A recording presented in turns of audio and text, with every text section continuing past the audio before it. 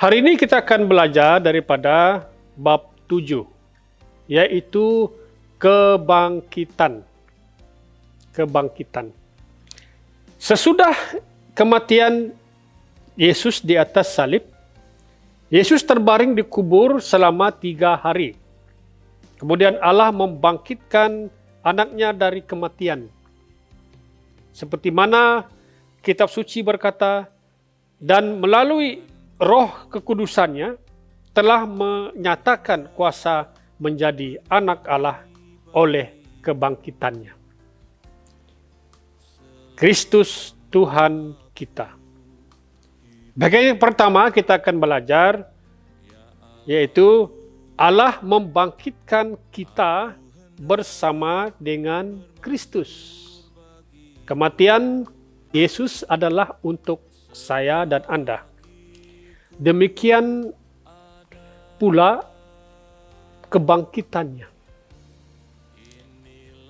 Efesus pasal 2 ayat 1 berkata, kamu telah mati akibat kesalahan dan dosa yang kamu lakukan menurut jalan dunia, menurut raja segala kuasa di udara, roh yang sekarang bertindak dalam diri anak-anak neraka.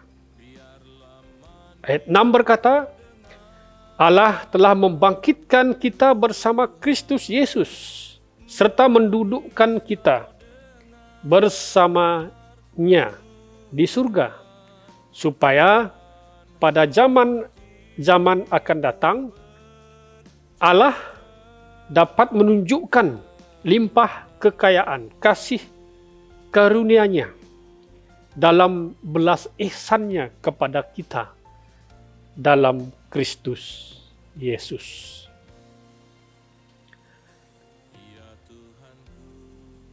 Bagian yang seterusnya, kita akan melihat Allah membangkitkan Anda dan saya bersama-sama dengan Kristus dengan tujuan untuk memberikan hidup baru bagi kita. 2 Timotius pasal 1 ayat 9 berkata, kasih karunia Allah telah menyelamatkan kita dan memanggil kita untuk hidup suci bukanlah karena amalan yang telah kita lakukan, tetapi karena tujuan dan kasih karunia-Nya yang telah dianugerahkannya kepada kita dalam Kristus Yesus sebelum permulaan zaman. Dan yang kedua, yaitu untuk memberikan kelahiran baru. Tujuan kebangkitan Yesus.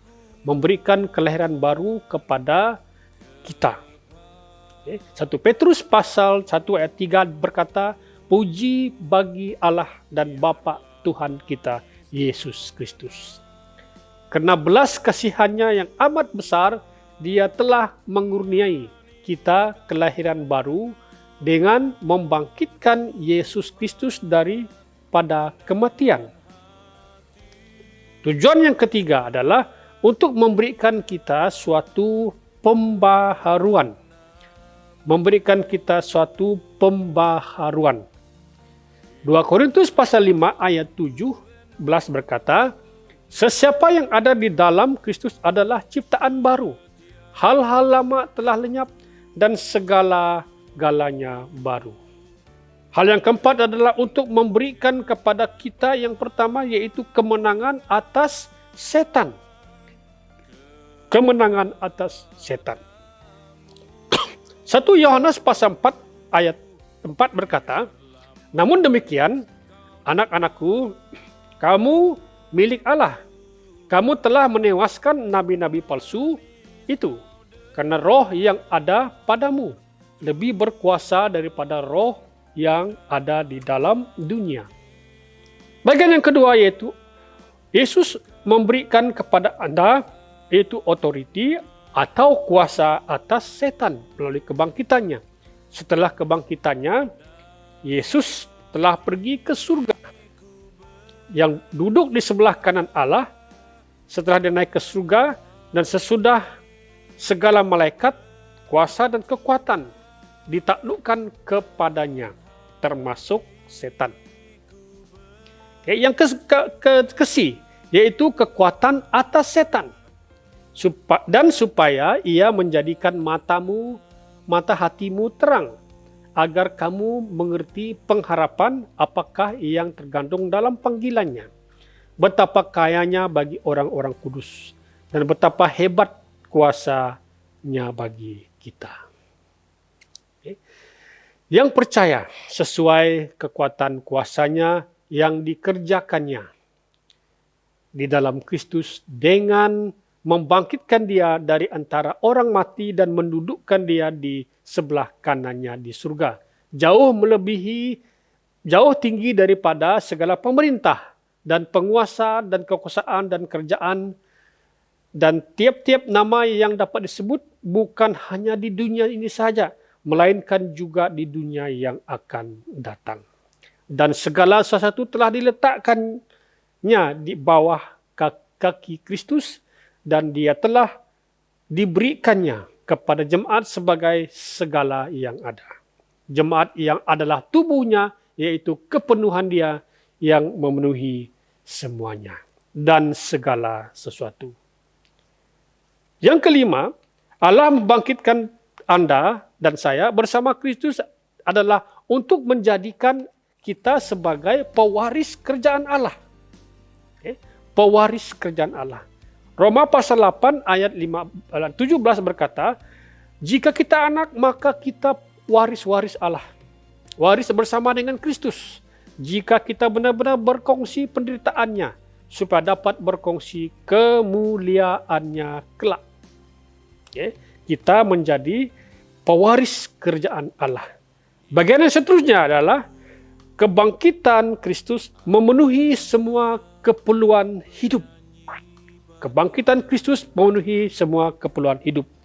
Terutamanya dalam hal-hal, yang pertama, kebangkitannya merupakan penyelamatan bagi Anda dari masa lampau. Kehidupan kita yang penuh dengan dosa telah dimatikan bersama Kristus di atas salib dan dikuburkan bersama dengan Dia. Kemudian ketika Yesus dibangkitkan dan hidup kembali, kamu juga dibangkitkan menjadi ciptaan yang baru. Meninggalkan kehidupan yang lama di dalam kubur Yesus. Roma pasal 6 ayat 6 berkata, karena kita tahu bahwa diri kita yang dahulu telah disalibkan bersama Dia, supaya tubuh dosa itu dapat dihapuskan, dan kita tidak lagi diperhamba oleh dosa.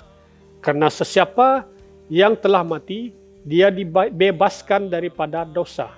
Jika kita telah mati bersama Kristus, kita percaya bahwa kita akan hidup dengan Dia. Karena kita tahu bahwa oleh sebab Kristus telah dibangkitkan daripada kematian. Dia tidak mungkin mati lagi. Kematian tidak berkuasa atasnya lagi. Yang kedua, kebangkitan Kristus adalah kekuatan bagi kita untuk masa sekarang.